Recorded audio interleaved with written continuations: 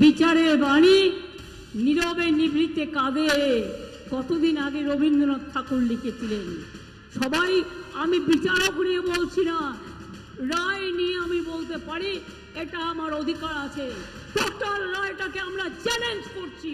তার কারণ 26,000 ছেলে মেয়ে মানে প্রায় 1.5 লক্ষ 2 লক্ষ পরিবার।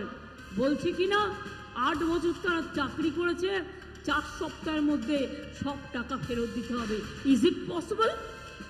বলুন, আপনারা যারা এই রায়টা দিচ্ছেন, এই রায়টা সারা জীবন আপনারা যারা চাকরি করেছেন তাদের টাকাটা যদি ফেরত দিতে বলা হয়, পারবেন দিতে?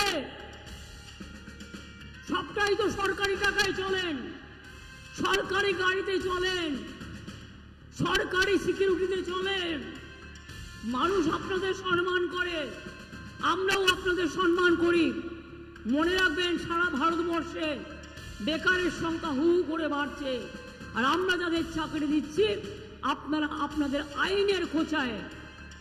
এই অর্ডারটা বেআইনি অর্ডার, সেই জন্যই চ্যালেঞ্জ করে বলছি, অর্ডারটাকে আমি জাজকে বলছি না, অর্ডারটাকে বলছি বেআইনি অর্ডার।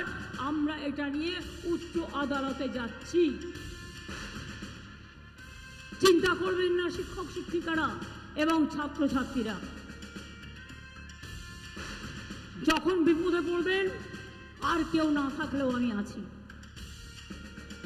এই যে বললো না বোমা ফাটাবো, বোমা কি না 26,000 লোকের চাকরি খেয়ে নিচ্ছে, এটা নাকি বোমা। বুঝুন, মানুষের জীবনকে মৃত্যুর দিকে ঠেলে দেওয়ার নাম হচ্ছে বোমা। আমি ধিক্কার জানাই, আমি ধিক্কার জানিয়ে বলি, কোর্ট কি রায় দেবে তুই আগে জানলি কোত্থেকে?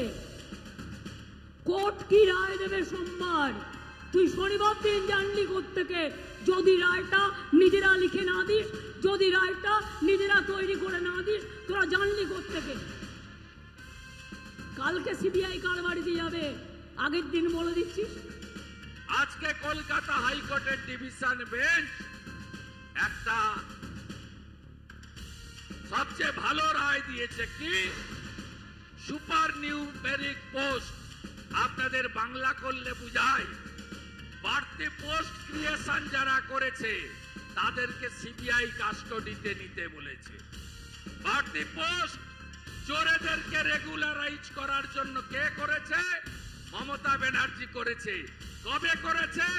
5ই মে 2022 ক্যাবিনেট মিটিং এ করেছে। আমি এই সভা থেকে 5ই মে 2022 ক্যাবিনেটে যারা উপস্থিত ছিল তাদেরকে অবিলম্বে সিবিআই কাস্টডিতে নেওয়ার দাবি করি। মিথ্যাচারী মুখ্যমন্ত্রী যিনি যুক্তিকে প্রশ্রয় দেন, যার তৎকালীন শিক্ষামন্ত্রী যিনি দালালি করেছিলেন, তিনি জেলে, তার যদি বিন্দুমাত্র লজ্জা বলে কোনো জিনিস থাকে এক্ষুনি তার পদত্যাগ করা উচিত, এবং এখন থেকে এই নির্বাচন রাষ্ট্রপতি শাসনের আন্ডারে হওয়া উচিত। আরো কঠোর হয়েছে ডিভিশন বেঞ্চ, আরো কঠোর হয়েছে। যতটা কঠোরতা আমি দেখাতে পারিনি, এবং আমি মনে করছি ডিভিশন বেঞ্চ অত্যন্ত উপযুক্ত কাঠিন্যের সঙ্গে সব দিক বিচার করে একটা রায় দিয়েছে, এবং এতে আমি অত্যন্ত আনন্দিত। তবে আজকে আনন্দ প্রকাশের দিন নয়, কারণ এই জোচ্চোরদের অধীনে আমরা আর থাকতে চাই না। কোনো স্বস্তির বিষয় নেই। আপনার আমি যখন বিচারপতি হিসেবে কাজ করেছি, আজকে যখন সাধারণ নাগরিক হিসেবে আমি কাজ করি, তখন আমাকে সবসময় মাথায় রাখতে হয় যে আদালত হচ্ছে একটা জায়গা যার আদেশকে মেনে নিতে হবে, যার আদেশকে মেনে নিতে হবে। এটা আমার কোনো ব্যক্তিগত বিষয় ছিল না যে আমার স্বস্তিবোধ বা অস্বস্তিবোধ করি। আমার খারাপ লাগা আছে যে যোগ্য প্রার্থীদের বহুদিন ধরে বঞ্চিত করে রাখা হলো। তারা যারা টাকা পেল না, যোগ্য প্রার্থীরা, তারা যোগ্য প্রার্থী যারা আবার নতুন পুনর্মূল্যায়নের ফলে যারা চাকরি পাবেন, তাদের জন্য আশা করব রাজ্য সরকার, যে রাজ্য সরকারই থাকুন, সে রাজ্য সরকার একটা ব্যবস্থা। আমাকে তো আহ্বান করেছিলেন যে আপনি জজিওদি ছেড়ে রাজনীতির ময়দানে আসুন। আজ তো আমি রাজনীতির ময়দানে এসেছি, তাদের তো আর টিভি দেখতে পাচ্ছি না এখানে। তারা সুরক্ষা বলয় ছেড়ে নেমে আসুন, দেখা যাক সিবিআই তাদেরকে গ্রেপ্তার করে কি করে না।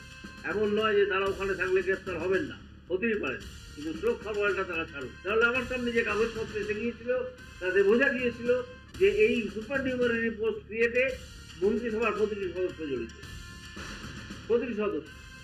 এবং এটা ইনিশিয়েট করেছিলেন মমতা ব্যানার্জির একজন অত্যন্ত ঘনিষ্ঠ জোচ্চর একটি ছেলে আছে, ট্যাংরা ছোড়া, নিজেকে পলিটিশিয়ান বলে, সে, আমি তার নাম মুখে আনতে চাই।